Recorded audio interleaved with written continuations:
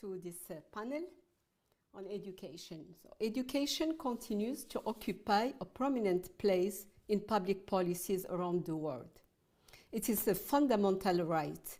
It's the objective 4 of the SDGs, which aims to, and I quote, ensure inclusive and equitable quality education and promote lifelong learning opportunities for all. End of the quotation. Therefore, education is a major challenge for the development of any society. Online education is particularly relevant in light of recent events in which the world is facing a pandemic. Here is a constant and alarming debate about the benefits of distance education. Is it affordable and efficient? Distance education offers several advantages. The possibility of communicating via the internet opens opportunities not only for students, but also for teachers. Flexible hours, freedom of choice of universities, in addition to the offer of a wide selection of programs. It enables a personalized learning experience. Therefore, it is a real to gain knowledge from experienced professionals and have a degree from a prestigious university without leaving the walls of your home. Online education is accessible and affordable. It has made it possible to democratize access to knowledge and reduce inequalities, both territorial and gender-based. But this teaching also has drawbacks. Internet access is uneven depending on whether you are in town or in the countryside, where the connection is not always available. Added to this is the high cost that families living in precariousness cannot cover, especially in low-income countries, the case of our African continent, for instance. The authority of the teacher in presential is lost, and with it, the empowerment of the students. Finally, the contact and interaction, which are the essence of sharing and the enrichment of students, give way to isolation and individualism. More than 30% of higher education students in the United States take at least one distance course, according to the most recent Babson survey research group. Is the online education revolution the only path emerging for the future? This panel that I have the pleasure of moderating aspires to approach the following question. Shifting education paradigms, are classroom obsolete? To analyze and substantiate this question, I'm pleased to welcome eminent speakers who will give us their thought on this key issue. So I will start with Mr. Mohamed El-Miski, who is Senior Researcher Policy, Practice and System Change at the American Institute for Research. I'm so pleased to have you once again. Welcome, and the floor is yours. Thank you very much, Dr. Shakroni. I hope everybody's listening. Am I being heard well? Yes, perfect, good. It's a pleasure to be here, and it's a true pleasure also to be in the company of such an esteemed group. And I'd like also to thank, of course, the Policy Center for the New South for facilitating this kind of discussion and exchange of ideas, especially about, as part of the Atlantic dialogues, and especially about a question as urgent, as compelling as the classroom. Is it obsolete or not? My thinking overall is that COVID has presented a natural experiment where we actually had an experimental group and we had a counterfactual at the same time, really. Because typically, I think if you want to do a gold standard type of experimentation, you're always worried about the ethics of the benefits that the experiment, the control group may be deprived of, may lack, or maybe even the loss that they might undergo as part of this experience. Sadly, we've had this COVID. It's a disaster. And this big disaster has put the world in front of some really very ugly realities. And one of the most ugly realities is the reality of the savage inequalities. And it just showed that if education is not properly treated with the urgency it deserves, it's definitely going to widen the gap between the haves and the have-nots, and the knows and the know-nots. And this definitely has consequences, because again, just like the latest mutation of COVID has shown us, is that when you continue to be greedy in storing vaccines and making sure and not sharing them as equitably as possible with the rest of the planet, these things will come back and bite you. And they will come back and bite you on a very, I would call it severe scale. And that's what's happening right now. And for me, the analogy of COVID and the analogy of the epidemic or the pandemic stands true, especially in terms of the access to equal opportunities, in terms of access to educational attainment. It's very dangerous 21 years after the beginning of the 21st century to really still expect a small proportion of the planet to think for the rest of the 6 billion people. And to only think of education as a do good or a feel good type of initiative where we have to worry about the disadvantaged, where the mindset has to shift a little bit from a mindset where the bright and the intelligent and the well-resourced find the solutions and they just feel bad for the impoverished, and they try to find a way to help them out. To a different mindset where we have the potential to put in full use at optimal speed the universal potential of more than 6 billion brains that are fully working, well connected, working together to beat every single imaginable challenge. And as long as we haven't done this, and we haven't just kind of challenged ourselves, not just ethically, that this is not just doing good, but this is definitely a doing well approach. This is an approach that is efficient about making sure that we reach everyone. Then we will continue to repeat the same mistakes. And for me, the classrooms are not obsolete. They shouldn't be. But again, as part of our evolution as a human race or a human species, it's important that we stay open to all the tools that our ingenuity, our collective ingenuity afford us to be able to do what we do, but do it better. And technology for me is a tool, and is a tool that could be as important as the glasses I'm putting here. They help me see things in a different way, and they help me see things that I couldn't have seen otherwise. So for me, it's an accommodation tool, and definitely it has so many perks and many potentials, and we need to tap them, but we need to tap them in an equitable manner. And this is in a nutshell my starting point. Thank you, Mr. El-Miski. We will come back to you. We'll have a few questions later. And now I have the pleasure to ask Mrs. Cassie Freeman to leave us her thought about maybe the diaspora. How do you see questions of education in light of the recent event and during the pandemic? Are we doing well? Have we done what we have to do earlier? How do you see the situation? I just want to remind that Mrs. Cassie Freeman is President and CEO of the African Diaspora Consortium, ADC, in the United States of America. The floor is yours.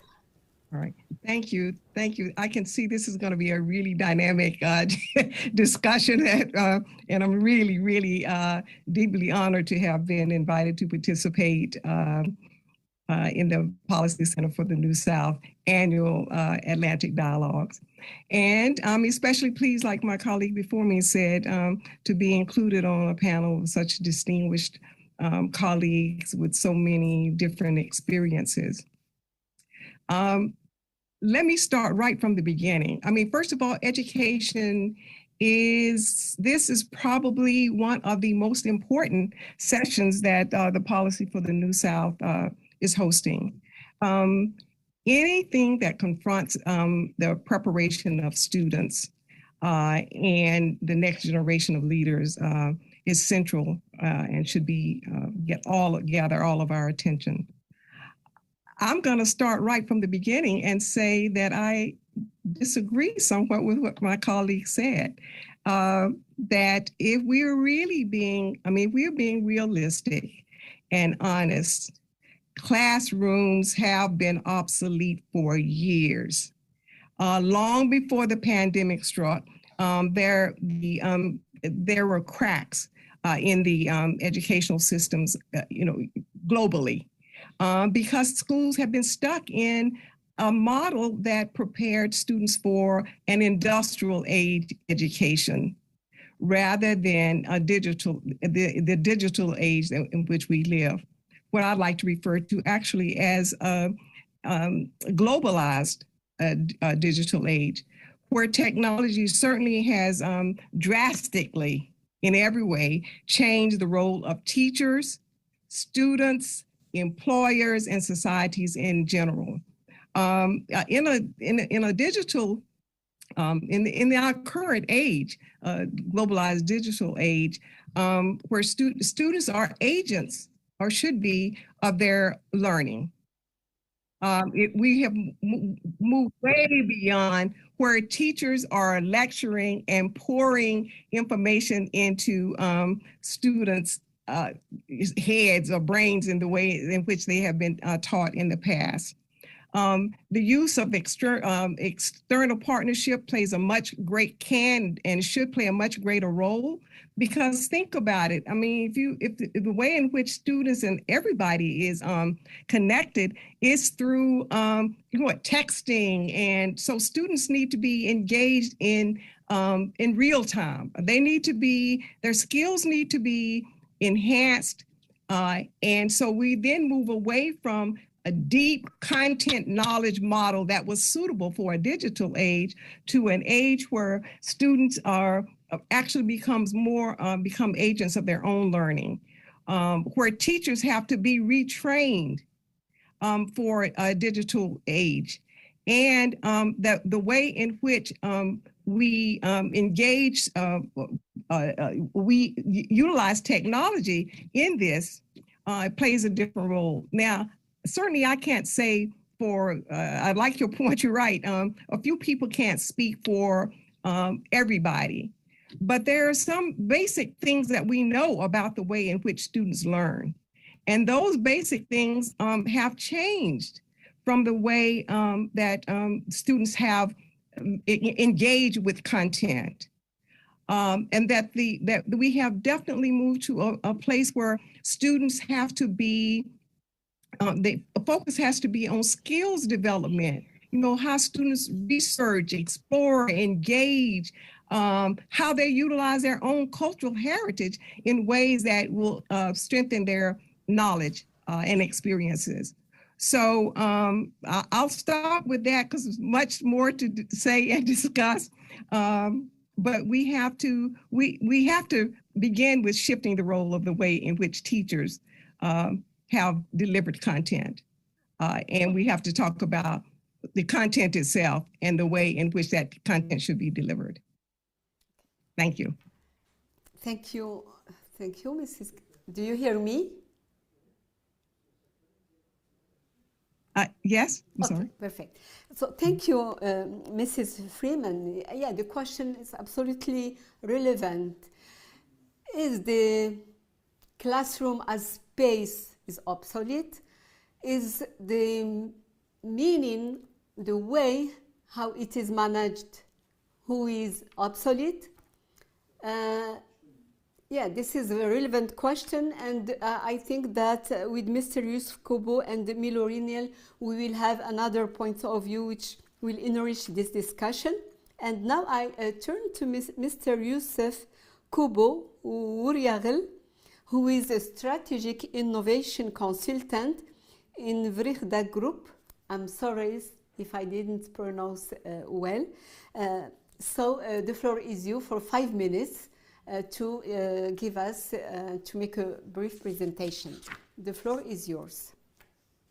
Yes, again, thank you all, and it's a pleasure again to join the Atlantic Dialogues and via a Zoom call this year, which is quite special, but also again a pleasure also to join my esteemed colleague panelists, and again an absolute pleasure to also see Ms. Freeman again, even though being it via webinar. Thanks for having me, but first and foremost, I definitely want to applaud the Policy Center for getting this debate started. And why do I want to applaud the Policy Center? In the past 2 years, we've had a lot of discussions on, we had a lot of focus on workers, the challenges that the pandemic brings and the remote working that comes with it. A lot of discussions have been focused on how our workers doing, how our employees doing, how are we adapting to remote working, what's life like, what's the impact on business, civil society and government. But we had, for a surprising reason, very few debates on how is the youth doing? How are the students doing? How are they being impacted by all this remote learning? And one of the few things that we've seen in education, and I'm talking more from a Western Europe and a Belgian case, which is a bit more close to home for me, is it brought up a few new things. And what we've seen during the pandemics, Europe has been hit the worst out of all the continents, and we had some severe restrictions and severe lockdowns, which meant most of our students have been learning remotely. And the radical shift to online learning has been a beneficial one. There were a few advantages, a few benefits, as Mrs. Freeman alluded to. This forces us to find new ways of learning, to find new ways of collaborating online, and also to rethink our broken education systems that weren't adapted to the 21st century. Everything now is going online. If you look at how many hours we all spend on behind our laptops, desktops, on social media and whatnot, and we're even moving into new endeavors. If you hear the latest talk on enjoying life, working, collaborating, learning in the metaverse, which is there to come. But one of the biggest disadvantages, and it has been also a main challenge even here in Western Europe, is, and everybody's going online, everybody's remote learning, and this means quite a few issues for young people, students from underserved and disenfranchised communities. Because what we've seen is a lot of these youngsters don't have access to computers, laptops, internet, softwares, online tools. During the lockdown, they were caught in living in small apartments and having either one laptop to share with 3-4 brothers and sisters, also doing the online learning thing. So one of the things that the pandemic has shown us is that a lot of young people, a lot of students still struggle with getting access to the right tools to also tap into that digital world we currently are living, working, and learning on. So that would be it. Again, I would applaud you for shedding light or bringing light to the issue, but at the same time, many benefits. We're exploring many new ways. but at the same time, also it exacerbates existing inequalities in society. And that's one of the things that we need to address and we need to figure out. Thank you. Now it is my pleasure to give the floor to Mr. Milo Rignel, who is Head of Innovation at l'Institut Montaigne in Paris. So how do you see this experience?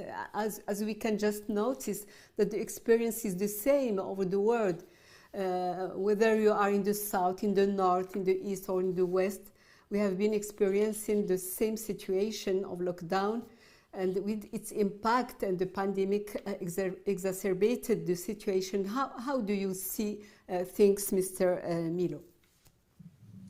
Yes, so as I was saying in the remarks with the speakers just before this talk, my role at Institut Montaigne perhaps places me better to comment on the micro details, and I can talk about some of the projects that we have been leading. But on a more general comments, I think, as you were saying, and as other speakers were saying before, I think the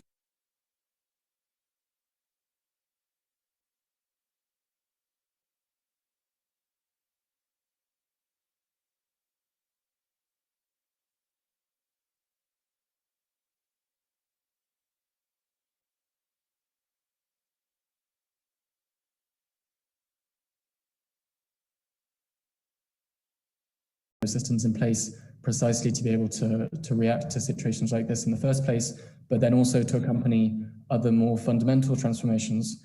And so I think perhaps to take a step back from what's happened during the lockdown and the things that have been put in place to face that, because certainly in France, a lot of the measures that were put in place digital-wise were very much put in place as a kind of reactive measures, as ways to kind of stop a problem that arrived very quickly. In terms of the more kind of long-lasting fundamental transformations, perhaps just to comment on the question of online versus the classroom and bring in some of the examples that we've been working on.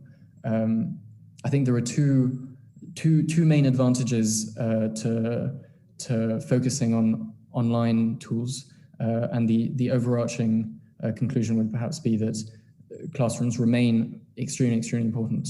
The two advantages that we see, certainly working with schools that we've been implementing projects with, are on the one hand everything that's linked to having greater personalized courses, more engagement time, better evaluation. In other words, having tools that can match students' progress better than teachers that are left in classrooms with a large number of students. So as we've for instance been developing tools that are aimed at improving the level of maths of year one students in priority education areas. So this is perhaps to show that kind of online tools can accompany all levels of education. So we often think of online tools accompanying kind of people in higher education or just before. We've been experimenting a project, a solution, which accompanies with online tools teachers in the classroom and outside of the classroom. And the main advantage from those tools comes from giving a personalized tuition to those students via tools that follow their progress and via tools that leverage kind of international research that has been produced on those topics in the classroom. And then perhaps the second main advantage of bringing online tools both into the classroom and then into student lives outside of the classroom would be effects linked to scale and sharing solutions that have proved their effectiveness more widely in a much wider scale.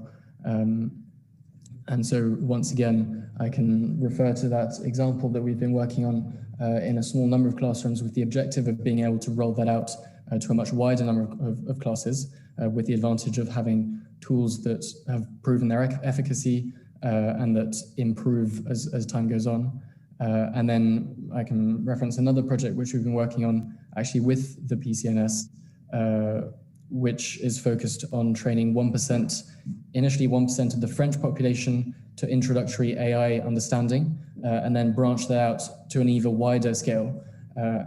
And so one of the reasons why this is something that's fairly new in terms of the scale advantages that online tools have is that you have much wider access to those online tools in the general population more broadly. So to cite a statistic of the OECD, 98% of young people currently have access either to a mobile phone or a laptop. So that's a huge opportunity to deploy those solutions via that. And not only do they have access to those phones and laptops, but as the previous speakers were saying, they use them very, very frequently. So in France, for instance, yearly children spend 1,000 hours on screens. And to put that in perspective with class time, that's versus 800 hours roughly of class time. So having tools that can leverage that screen time is also an extremely effective way of not only improving education within the classroom, and I insist on the fact that the classrooms remain an element that's really useful and that we can't do without, but it also allows societies and children more generally to access educational content beyond those class times, either with their parents or on their own. And then we can perhaps talk, I mean, as I was saying, there are many things that still rest and rely on the knowledge and the competences that teachers have, both to work with those tools and key topics that they have to work on without those tools. As Ms. Freeman was saying, I think one of the key elements to that is teacher training. And that's one of the things that we really, really need to work on, both on linking teacher training to knowledge on kind of key educational practices that work well, so tying it up to research in education, but also working on teacher training with respect to using online tools, and perhaps to kind of finish off with a statistic on that. Already in France, we're in a situation in which that's particularly critical. So only 16% of teachers, for instance, feel comfortable using online tools in the class. So that shows you that how difficult it is to talk about deploying online tools without talking about the teacher training of the people who will implement those tools. And more generally in Europe, I think it's closer to 1/3 of teachers who are comfortable with using online tools in the class. So that shows you that there is still a long way to go, not necessarily in terms of the tools, even though those tools are rapidly being deployed, but also in terms of pedagogy, making sure that the teachers are open to using those tools, and then training them and making sure that they can use them once they are open to them. Yeah. So thank you, Mr. Milo. I believe that whether we believe that classrooms are obsolete or not, I believe that our life has been shaped in this way for a long, long time, and classroom seems to be a robust system. So, do you think that we can integrate both digital and face-to-face learning in the for the next generation, for the next steps? Because the COVID-19 offers to us the opportunity to just to shape a new model that can be more beneficial, less inequalities, and not to deepen the gap between between gender and between poor and as I said, between town and countryside, and between north and the south. So how do you think? What can you tell us about what can be how we can dress and how we can see the future?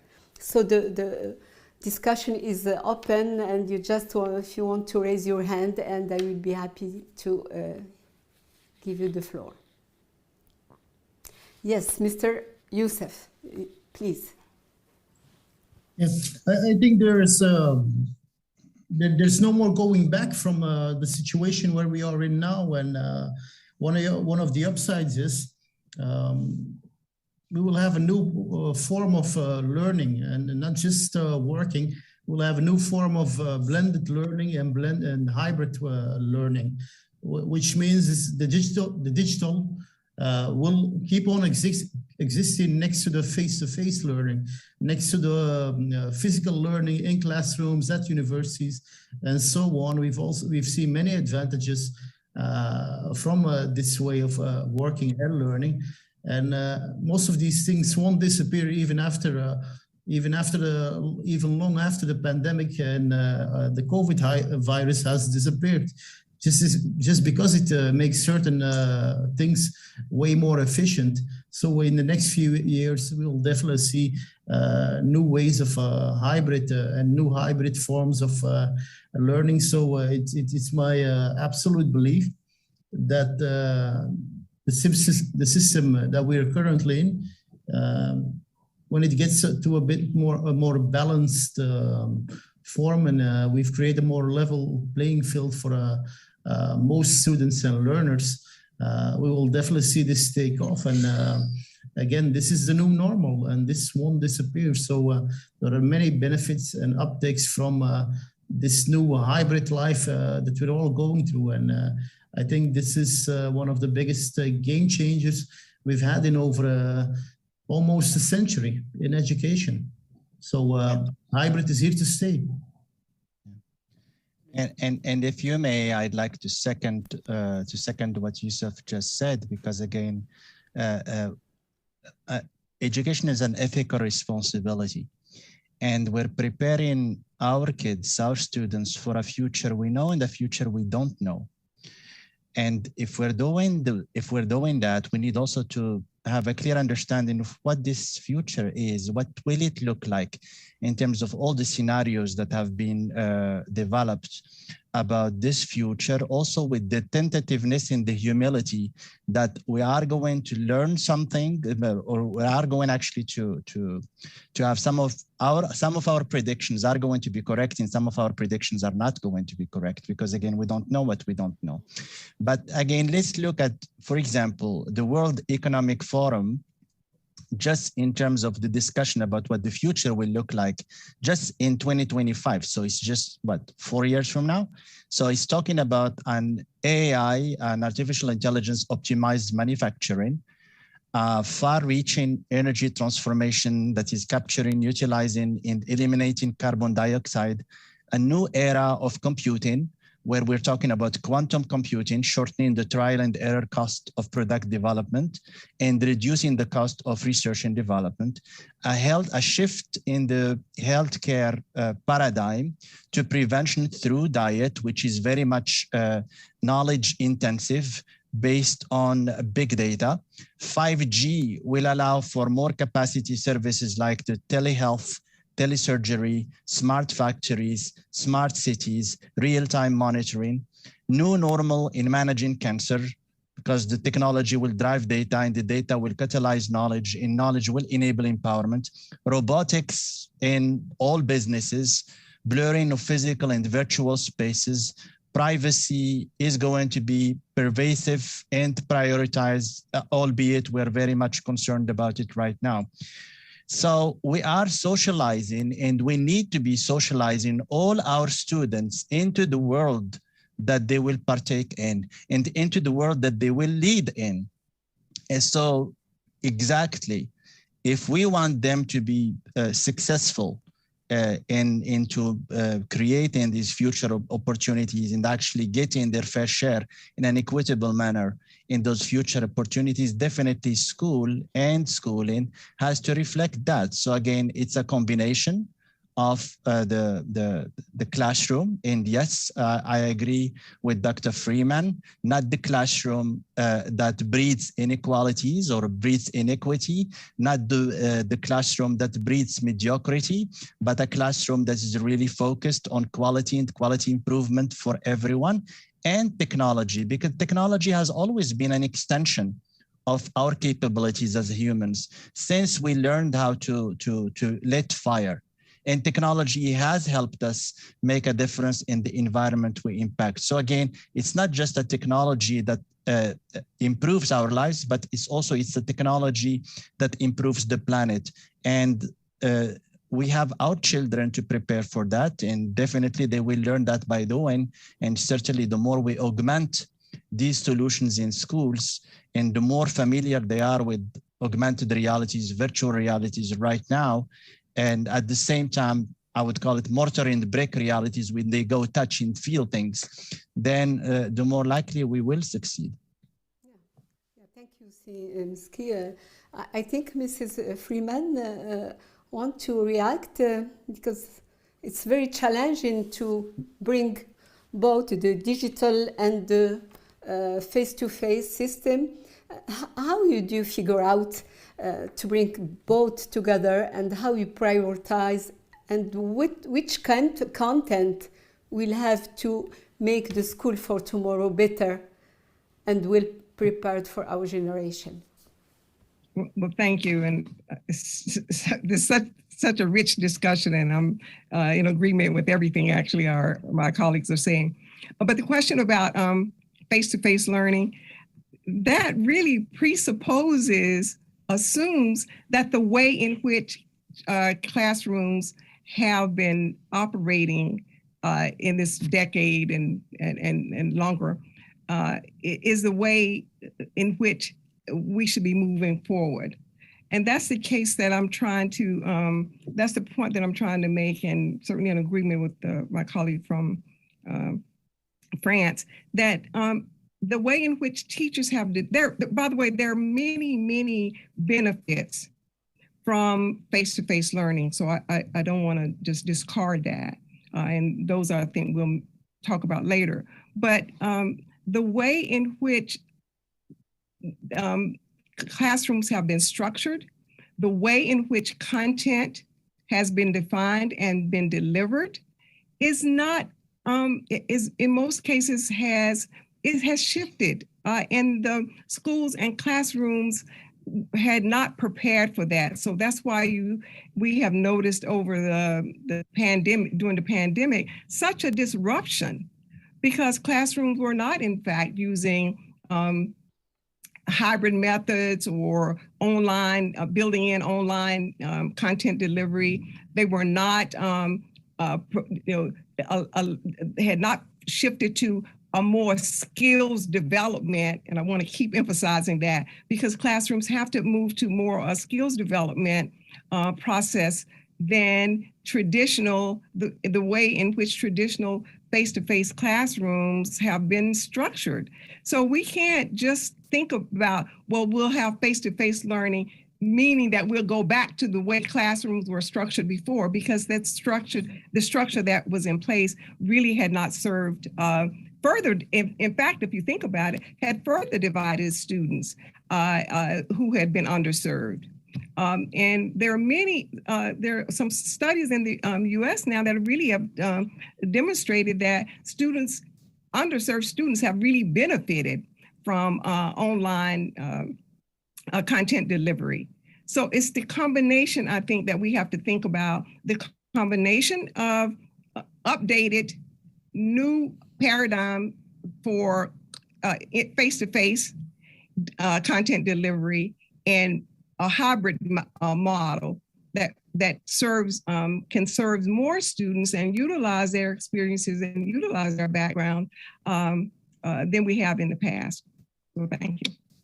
Thank you, Mrs. Freeman. So my question for Milou, since internet offers the knowledge, you can have access to all the knowledge you need, how the class face-to-face can bring an added value?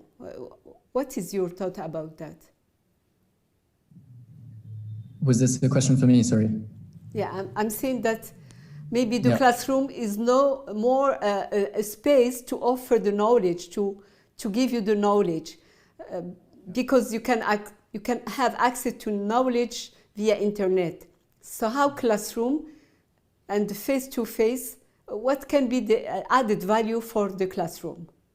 Yeah, so I think with respect to the first point, I think there's an important point that has to be emphasized, is that the access that internet gives to people, and I myself emphasized that point a few minutes ago, is huge.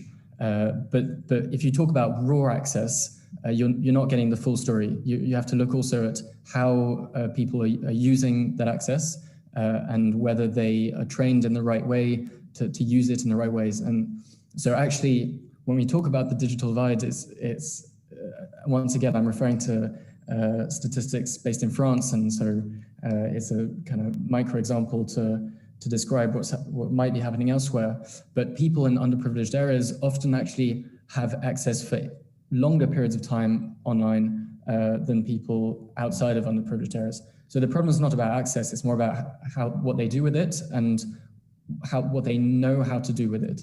And so if you look at, for instance, using internet to access information, reliable sources that they can turn to, ways in which they'll challenge the information when they have access to it, that's something that you have much higher levels of inequality around than the pure access. So I think one element is to say that access isn't everything, and that actually you need, first of all, teaching focused on how to use that access.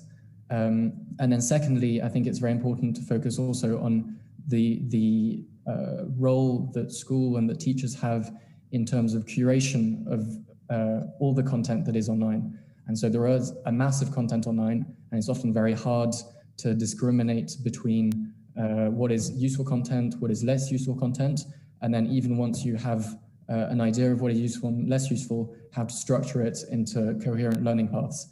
And I think that as talking about the way in which the role of teachers will evolve, and what I was saying earlier about teachers having to move to kind of high levels of training, better understanding of the ways in which children learn, their role in terms of content curators will become increasingly important as well, precisely to be able to leverage the various tools that are put out there. So those are 2 points certainly on which, and there are others that we can maybe come back on, but firstly to say that it's not all about access, and that both being trained on how to use that access and then having people who have knowledge of what tools are out there and being able to curate and suggest the right tools are two very important elements. Okay, I have a second question, but it's still related to the first one. What did the new environment of online education teach us about the importance of face-to-face classrooms and productive pedagogies for this setting? And likewise, how can we design and utilize digital tools to the advantage of schools? Would this also be a question for me? Well, I don't want to monopolize. Please, do you want me to repeat? No, that's fine. Perhaps with respect to how it. So the question is how can we best adapt one to the other, i.e., make sure that online tools are as effective as possible working with classrooms. Is that correct? Yeah. Yeah. So I think once again I'll take a very concrete example, which is linked to early education, and the ways in which tools will be used is very different, I think, at different levels of education. But I'll take that example both because we're working on it and perhaps because it's a more surprising example, because people often think that online tools are better adapted to later stages of life. But so in this project, for instance, that we're deploying in classes, so year one classes, grande section in France, which is 5 to 6 year olds in priority education areas, so in underprivileged education areas, so deploying online maths tools in classes. As I say, we're deploying that in classes, not outside of classes. So the aim is to have tools that precisely work as effectively as possible when they're in that classroom context. And the way in which that system works well, and that it's already been proven to work extremely well regarding learning how to read, and we're now doing the maths element, is for a number of reasons. One of them, and this is also linked to what you're saying about inequality. So one of them is that they reduce the impact of what in French is called the effet maître, which is basically the impact, the individualized impact of teachers on students' results. So previously, you would have very large discrepancies between privileged schools that had access to very good quality teachers, which had very strong measurable impacts on students' performances, and then students in less privileged areas that often had less good quality teachers with less kind of lower levels of education, and that also had a very big impact. One of the things that online tools does in the classroom setting is that it reduces that discrepancy between very effective teachers and slightly less effective teachers, precisely because it puts in place techniques that have been backed by research, that have been developed over a long period of time with researchers, etc. Another factor that adds on top of that was the point I was talking about concerning individualized learning, and that also reinforces the point about underprivileged areas and the gaps that increase. So typically, this is often the case around the world. More privileged students will have smaller class sizes, and less privileged students often have larger class sizes. And that's also one of the factors that has a very large impact on student outcomes. One of the effects that online tools in the class has is to increase the individualized learning time and the kind of engaged learning time of the student. So instead of having kind of 1/28 of the time of the teacher's attention, you can put in place tools where the tablet will be interacting, an online tablet, for instance, will be interacting with the student 100% of the time. I will turn off to Mr. Mohamed El-Miski as a senior researcher on policy and practice and system change. How do you see the change? Do you have any other elements to add to our friend Milo? Do you agree with him? What is your point of view? So no, absolutely, I agree with him, because again, we need a way to flatten the, or at least to make sure that all students have equal opportunities to learn, and there is a debate, for example, about, for example, privilege. So, for example, there are some students who will actually have the opportunity to access the Louvre and go there in person, walk and enjoy art and just see it, have a conversation.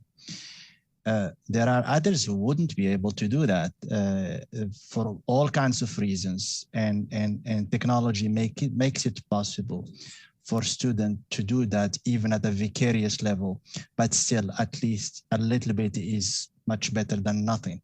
So and the other thing as well that's really very critical, and this is part of this brain science and the sciences of learning, is that, and I think here I'm quoting Dan Levy, senior lecturer at the Harvard Kennedy School, who said that if you can fold your laundry while attending, let's say, for example, a lecture or an exchange, better just move that exchange to an asynchronous exchange, meaning you don't need an interaction right there. So what he's saying here is that there is a significant proportion of stuff, of factual things that are routinizable, and they could also be delivered to the child, to the learner, in multiple different ways. Because again, as we know, technology is here to stay. It's not going anywhere. And the uptake in terms of technology, even in developing countries, is high. Like even if you go to any country, for example, you will see that you won't be able to access or maybe even communicate information through traditional means, but you could do it through text messaging. You could transfer funds and money through mobile phones and when you do this with this high level of penetration at the level of households and children, definitely I think you could put some quality content in the hands of those children, because as we all know, if you don't put quality content in the hands of those children, some suboptimal quality or even dangerous content can find their way into their brains, and that's something that we don't want to do. So again, this just as we work with teachers, because for us the key here are the teachers, and certainly I think we all agree that we're not throwing the baby with the bathwater, that the teachers are key to education, and the teachers are also key to the new vision of this education for the future. I would call this augmented education, where yes, there are multiple models that are very traditional based on rote learning. Really, I think when many kids would tune out quickly in front of maybe I would say an traditional class, but certainly we've learned a lot, especially in terms of brain science, about what captures children's attention, what is children's attention time, and what can we do during that children's attention to make sure that we maximize learning. One element I want to add, which is very, very important, is communities and families. And they are as important as the children as well. Because again, part of the facets of inequity or the lack of quality is that some unfair expectation was placed on the parents and community members, regardless of their social economic status, because they might be educated, but the mom and the dad or the family are busy. They've got other things to do. And now, in addition to their work, their full-time job, we still expect them to come home and work with the children to make sure also that to answer those questions, to work with them, so this way they can figure out their learning. The parents, the community, the families are also key into this empowerment or into this transition that we're talking about, in terms of making sure that we've got these hybrid forms of education where the school is important. And by the way, the school is not just important for the intellectual aspect. Many kids don't get food and won't be able to secure their lunch or breakfast had it not been for school. Many kids go hungry had it not been for school. It's also a place for social emotional support. It's a place for peer learning.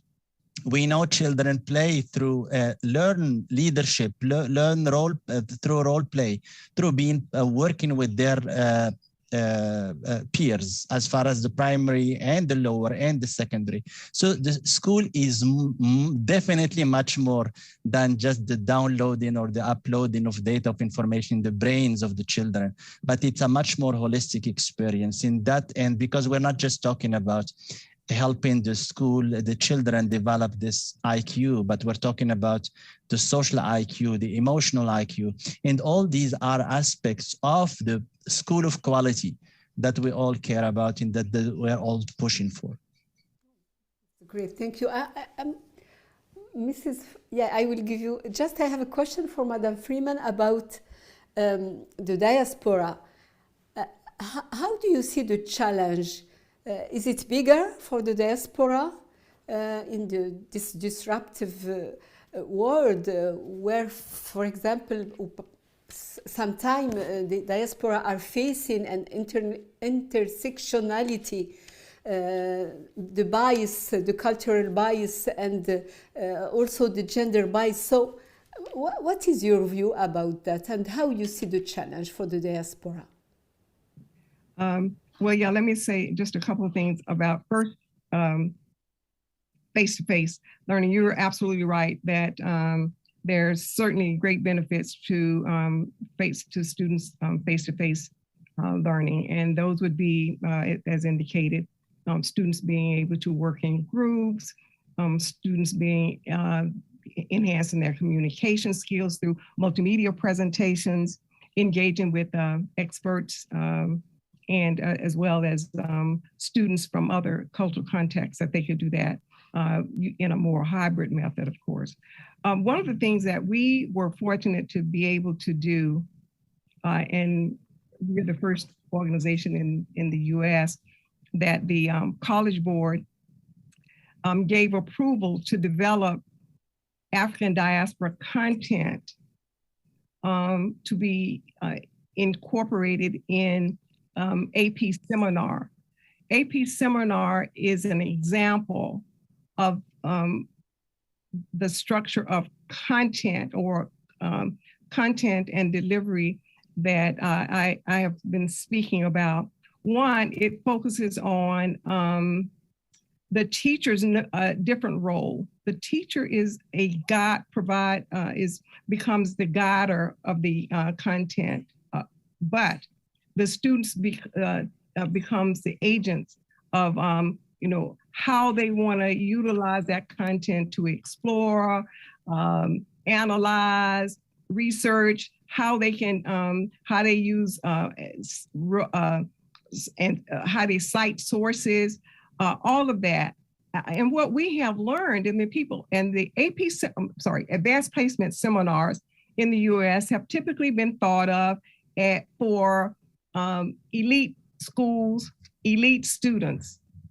And with our African diaspora content, which we believed all along that a cross-section of students would be interested in the content if the content was designed appropriately, and that a broader range of students would be interested in enhancing their skills, because the skills that students will need doing this in a digital age and going forward.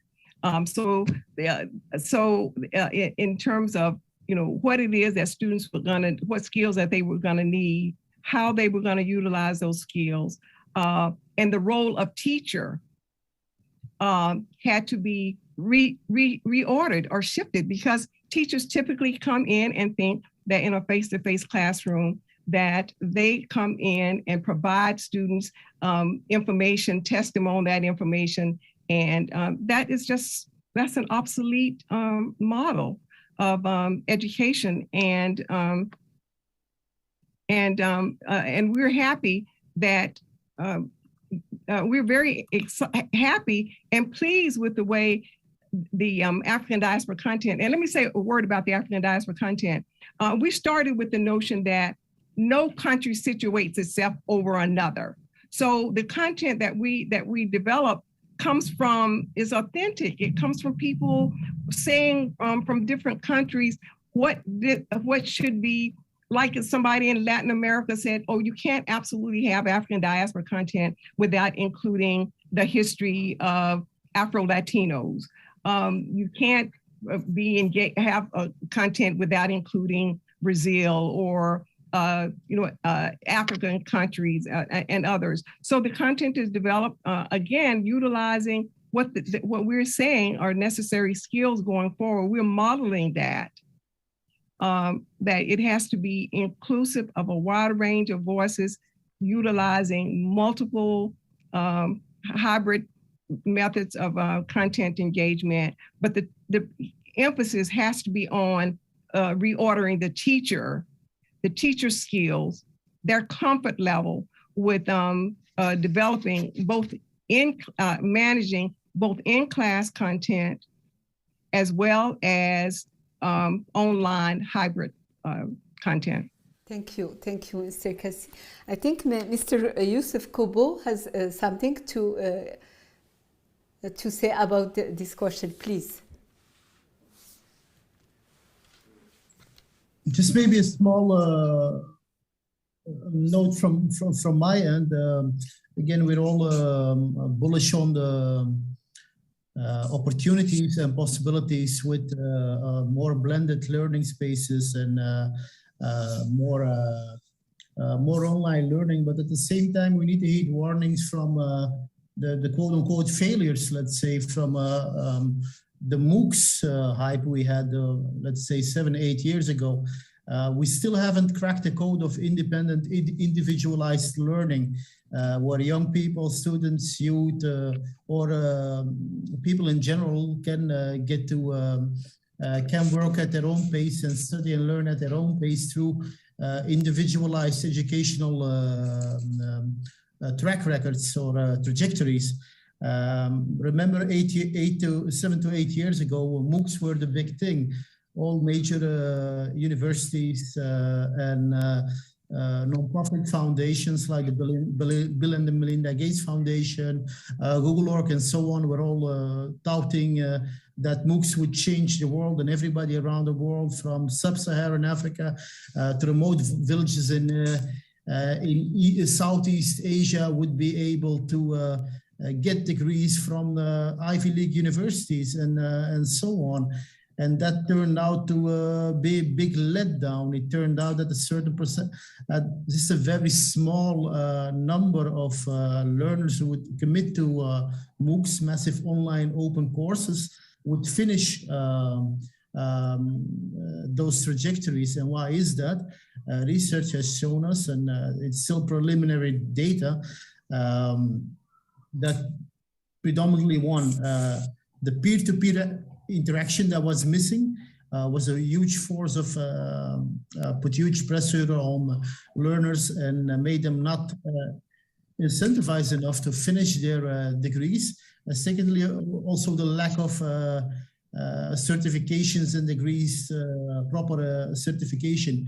But definitely that first one is a relevant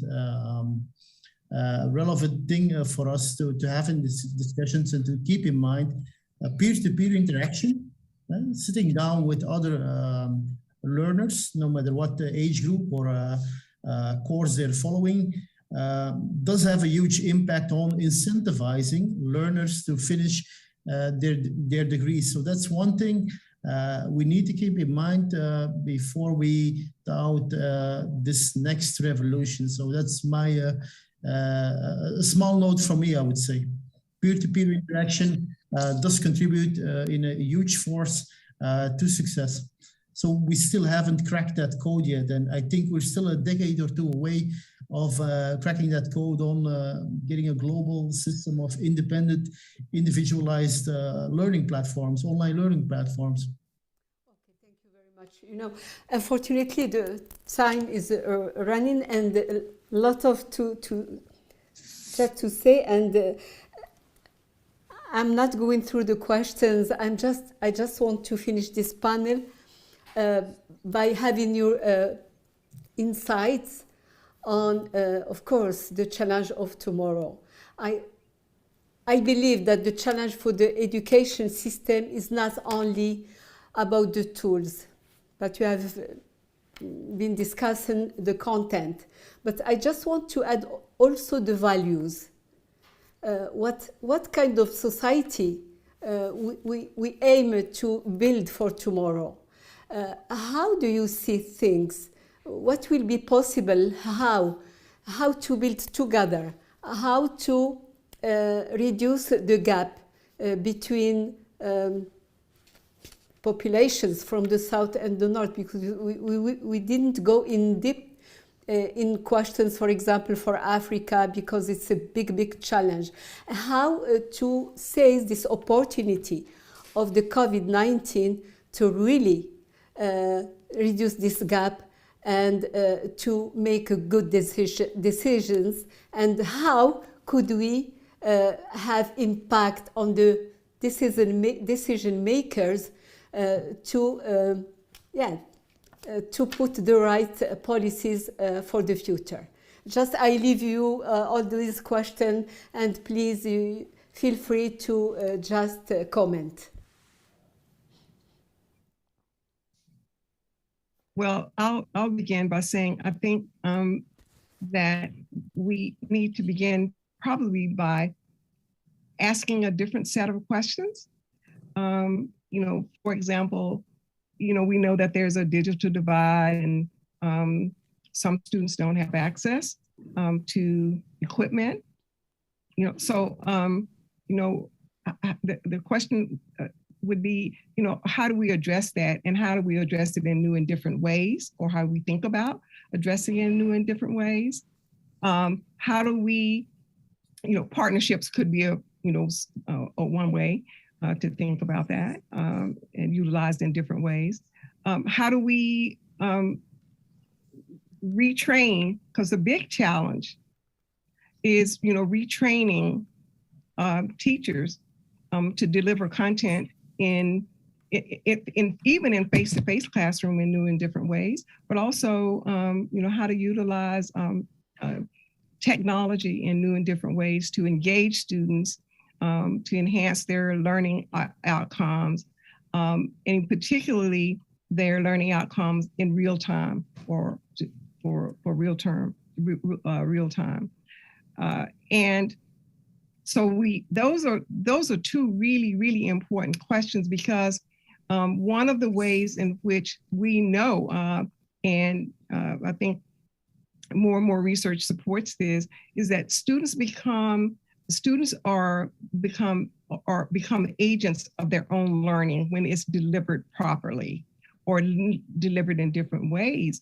And they want to, it's a way to excite and stimulate students. And we need to really better understand that and better, ask and figure out ways to include their voices more in terms of their own learning outcomes. What is working for them, what is not, how can we engage them more? And that should be, we should do that with a really broad section of students, so that we engage students who typically are not engaged in becoming agents of their own learning. So those are the three things that I would suggest. Thank you, Mrs. Freeman. So 2 minutes for each one. Mr. El-Miski. Of course, I think we need to always continue to remind ourselves of the scope of the challenge, and it's also a challenge with a silver lining. So if I give you, for example, this statistic that still, according to UNICEF, 365 million children live in extreme poverty, and another statistic, 258 million children are out of school as we speak. We're talking about, and I will be very narrow-minded. I'm doing this in a purposeful way. I'm just using a more of a human resources approach, not humanitarian, not connectedness, not human rights, nothing, just a human resources approach. You got 258 million children out of children, 258 brains sitting there and not being included in any kind of meaningful training or preparation or skilling to solve the problem of their own respective countries in the world. What a major waste. This is very much related to, at times, policymakers with all their good intentions, they are desensitized to problems just because of the multiple priorities that they feel like that they are dealing with, or more of some kind of fire putting out fire type mindset, where they are busy all the time, but are we sure collectively across all our nations they are busy with the right thing? I'm not so sure. And why? Because again, this is the leadership perspective, where the policymaker definitely has to work in consort, in federation, with the researchers, with the academics, with the community, the community actors. And this is also very reflected in the fact, or it needs to reflect the fact that every single child matters. Yeah, absolutely. And I think, and once this is reflected in your policy and in your praxis, I think certainly you could definitely maybe start moving the needle. And one thing I'd like to finish with, it's just my own philosophy, is that countries are diverse. They have some, there are some commonalities, and within countries we have diverse communities as well. But part of us doing service to the humans that we're dealing with is also allowing for the fact that we could work with them, find their own solutions. And education is critical there. Education as part of the brick and mortar approach, but definitely online education. But again, you do it with them as part of a conversation with them. And that's in a nutshell my thinking here. Thank you, Si Mohammed. And I give the floor to Si Youssef Kobo, 2 minutes. We don't hear you. Yes. My main takeaway or my main notes would be, again, my final notes would be lower barriers to make that digital gap between the haves and the have-nots smaller. Secondly, invest, of course, more in education, exchange best practices between different countries. We see that a lot of interesting things are currently happening, and it's an exciting space in education around the world. But I still feel we barely exchange best practices, even at the OECD. And a very important one, maybe a final note from me, I think the most interesting thing that we can do, as we see that we're moving toward a certain injection point with all these new experiments, is we need to experiment more and more. There are new tools coming up. We're seeing new things arise: blended learning, hybrid learning, learning in the metaverse. We're seeing the massive online open courses and whatnot. And again, this is more a case in Western Europe and the US, Japan, and also where we see that lifelong learning. We have shorter careers. People are changing jobs faster, and in the near future, we will need new skills at a way more rapid pace than ever before. Lifelong learning is not just the 6 to 25s that will be in the enrolled in courses, but everyone. In the coming decades, everyone will be for the rest of their lives, will constantly have to develop new skills because the labor market is rapidly changing, advancing, evolving. So lifelong learning, again, the learning part is not just for the 6 to 25s, let's say. So we need to experiment way more and be comfortable with not knowing where we're headed. Thank you so much. And the last 2 minutes for you, Mr. Milo. Yeah, I'll be brief, but perhaps to stress mainly on one point, which is that the classroom versus online tools debate perhaps is one main important point, which is that at the end of the day, the most important is to focus on the ends and not necessarily the means. And I think this is a point which seems very obvious, in that we should be promoting whatever solution works best to obtain the results that we want. And in the case of education, arguably you could say that often those results are, for instance, focused on skills or employment. But unfortunately, very often policymakers or entrepreneurs or others sometimes focus a little bit too much on the means. For instance, in France, the government provided huge levels of investment in deploying tablets, but with no real strategy of what to do with those tablets once they were in classrooms.